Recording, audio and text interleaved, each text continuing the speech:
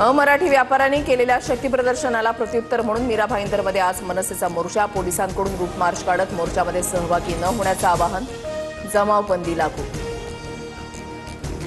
मराठीवर प्रेम करणाऱ्यांनी मोर्चामध्ये सहभागी व्हावं, मनसे नेते अविनाश जाधवांचं आवाहन। तर आंदोलनाआधीच पहाटे 3 वाजता अविनाश जाधव काश्मीरा पोलिसांच्या ताब्यात। भाजप मेलाय म्हणून त्यांनी ऊर बडवायला दुसऱ्या पक्षातून ऊर बडवे घेतलेत। उद्धव ठाकरेंचा फडणवीसांवर हल्लाबोल, तर आम्ही भाऊ एकत्र आल्यानं भाजपचा जळफळाट होत असल्याची टीका। महाराष्ट्राबाहेर या पटक पटक के मारेंगे, भाजप खासदार निशिकांत दुबेची ठाकरे बंधूंना धमकी।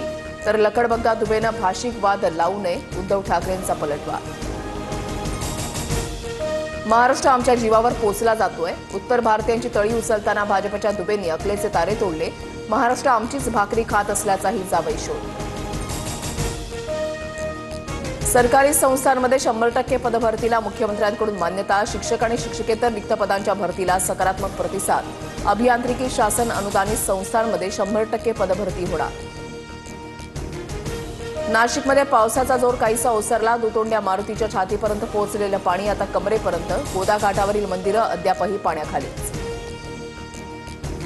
नागपूरसह परिसरात आज दुसऱ्या दिवशी संततधार पाऊस सुरूच, 9 जुलैपर्यंत मुसळधार पावसाचा इशारा। नागपूर, चंद्रपूर, भंडारा, गोंदिया आणि गडचिरोली जिल्ह्याला ऑरेंज अलर्ट। भंडाऱ्यामधल्या गोसेखुर्द धरणाचे सर्व 33 दरवाजे उघडले, वैनगंगा नदीच्या पाणी पातळीमध्ये मोठी वाढ, नदीकाठच्या गावांना सतर्कतेचा इशारा। यंदाच्या आषाढी वारीनं मोडले सर्व विक्रम, पंढरीमध्ये तब्बल 27 ते 28 लाख भाविकांनी दर्शन घेतल्याची नोंद, एआयच्या सहाय्यानं केली मोजणी। डोनाल्ड ट्रम्प यांचा मोठा निर्णय, दक्षिण कोरिया आणि जपानवर 25% आयात शुल्क लादण्याची घोषणा, 1 ऑगस्टपासून 25% कर आकारला जाणार।